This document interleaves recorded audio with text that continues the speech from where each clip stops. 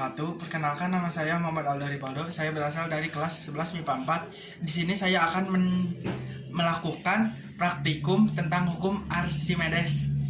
Di sini saya akan menyebutkan alat dan bahannya. Yang pertama ada gelas, yang kedua ada sendok, yang ketiga ada telur, yang keempat ada garam, dan yang kelima ada air di dalam panci begitu. Dan saya akan menerangkan cara pengerjaannya. Pertama, masukkan air ke dalam gelas.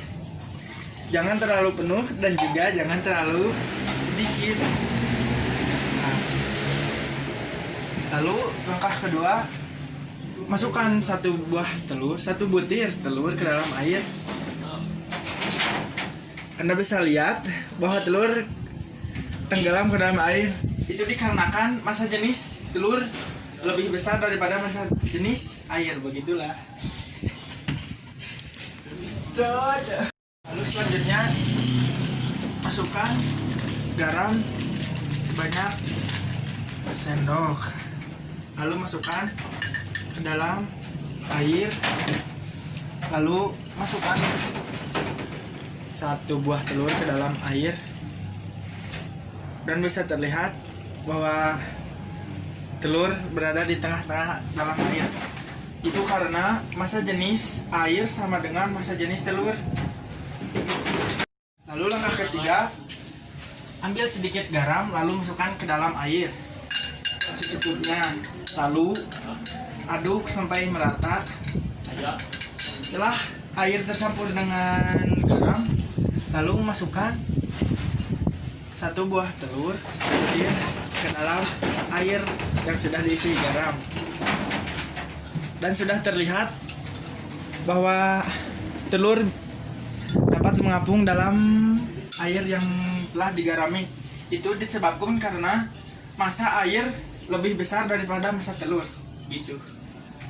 Disimpulkan dari praktek tadi yaitu telur dapat mengapung pada air yang terlarut dalam garam karena prinsip dari hukum Archimedes yang menyatakan bahwa benda yang diletakkan di dalam air akan memiliki gaya angkat ke atas sama besar dengan berat air yang dipindahkan. Awalnya, bila telur dimasukkan ke dalam air saja, maka telur akan tenggelam. Ini karena massa jenis telur lebih besar dari air, sehingga gaya angkat akibat berat air yang dipindahkan telur lebih kecil dari berat telur. Namun, ketika dalam air dilarutkan garam, maka massa jenis air akan meningkat. Sehingga gaya angkat yang diterima telur meningkat dan lebih besar dari berat telur. Gaya ke atas ini bertindak sebagai gaya apung yang berlawanan dengan gaya gravitasi dan membuat telur tidak tenggelam ke dalam air. Sekian dari saya. Mohon maaf bila ada kesalahan. Wabillahi taufiq wal hidayah. Wassalamualaikum warahmatullahi wabarakatuh.